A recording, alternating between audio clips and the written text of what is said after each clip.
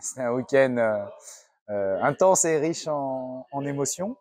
On sait que la Coupe de France est toujours une aventure à part. Nous, c'est notre objectif sur cette fin de saison. Ça permet de mettre du piment. Et on attendait ce week-end avec impatience.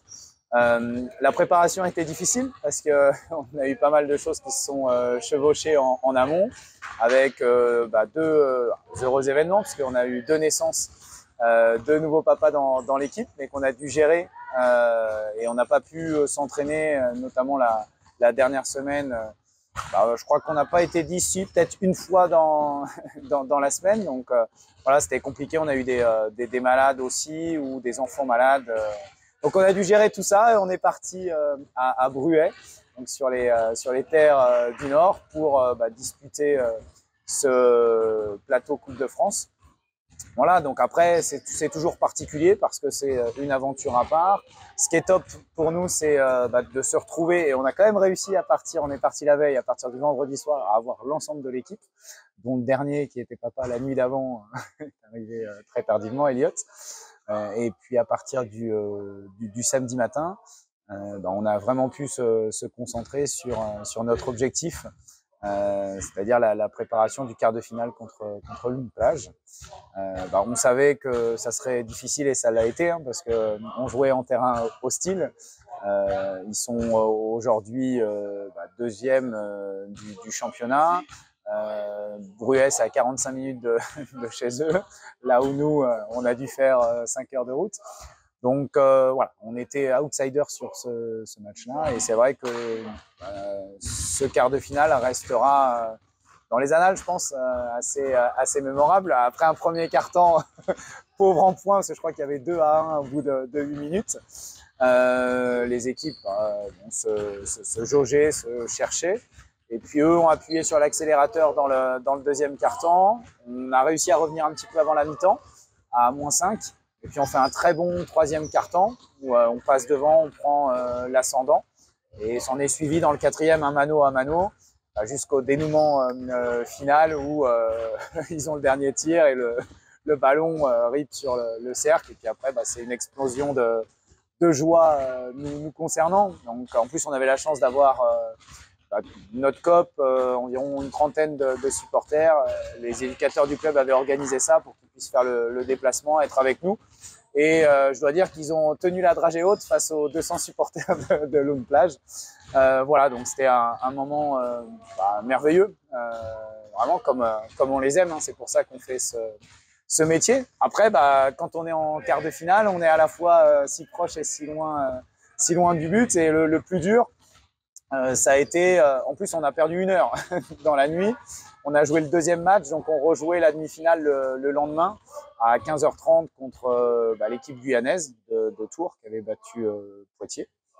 Voilà, donc on a passé toute la nuit, alors avec Ben, mon assistant, à travailler, à décortiquer leur match du quart de finale et à préparer tactiquement en vidéo la demi. Et puis de l'autre côté, on est parti avec l'ensemble du staff. C'est aussi notre force. C'est pour ça que c'est au-delà, il y a la cerise sur le gâteau, le résultat. Mais c'est vrai que c'est vivre cette ambiance, cet esprit, cette aventure, cette intimité dans notre cocon. C'est tout ça aussi qui reste quand le kiné il bosse dans sa chambre à soigner les petits bobos jusqu'à 4 heures du matin.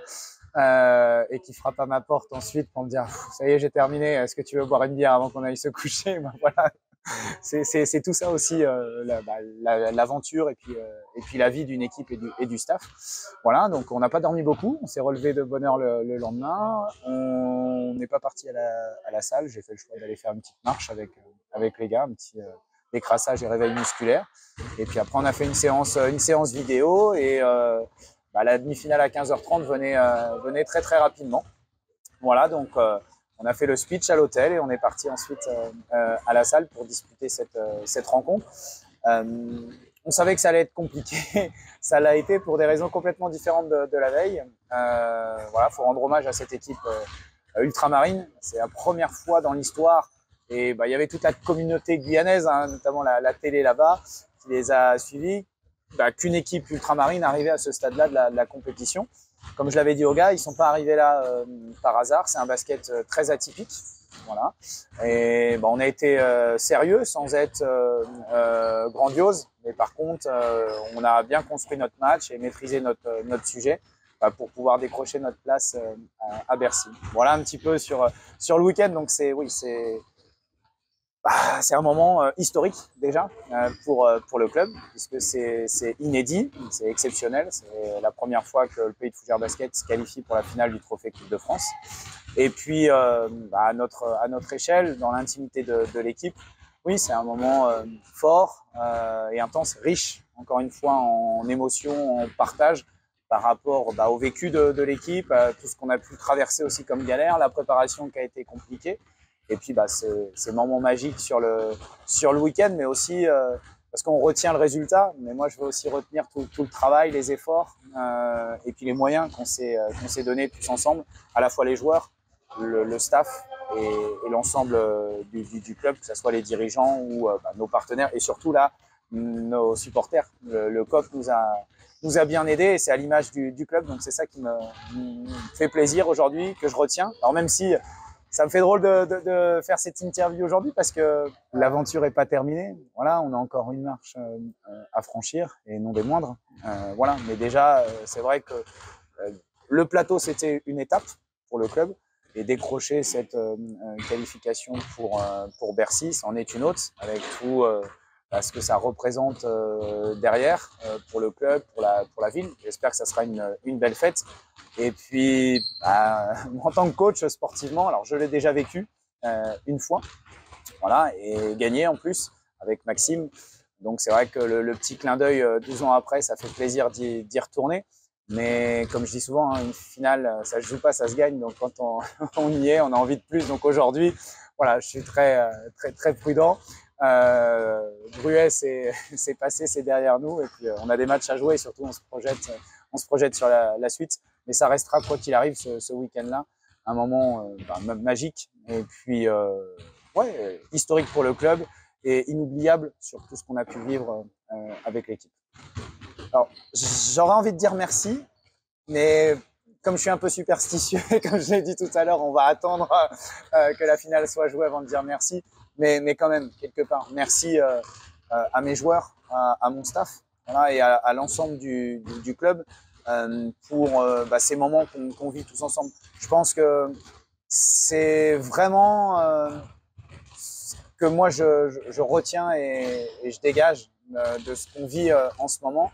Ce qui me fait plaisir, c'est qu'on le partage tous ensemble. Donc merci, puis cette notion de partage dans l'état d'esprit, ce club du Pays de Fougères Basket où c'est pas uniquement une équipe, c'est pas uniquement des dirigeants, c'est vraiment une communion tous ensemble dans l'état d'esprit, les valeurs. Voilà, c'est notre identité. Et quand on gagne, forcément, on est encore plus heureux. Là, en ce moment, ça veut sourire, mais je pense que c'est pas le hasard. Et à nous de faire en sorte que ça soit encore plus, qu'on entretienne ça, qu'on l'amplifie et que Bercy, ça soit également une fête pour l'ensemble du club. Donc merci et puis ces valeurs humaines et cette notion de partage avec toutes les composantes du club.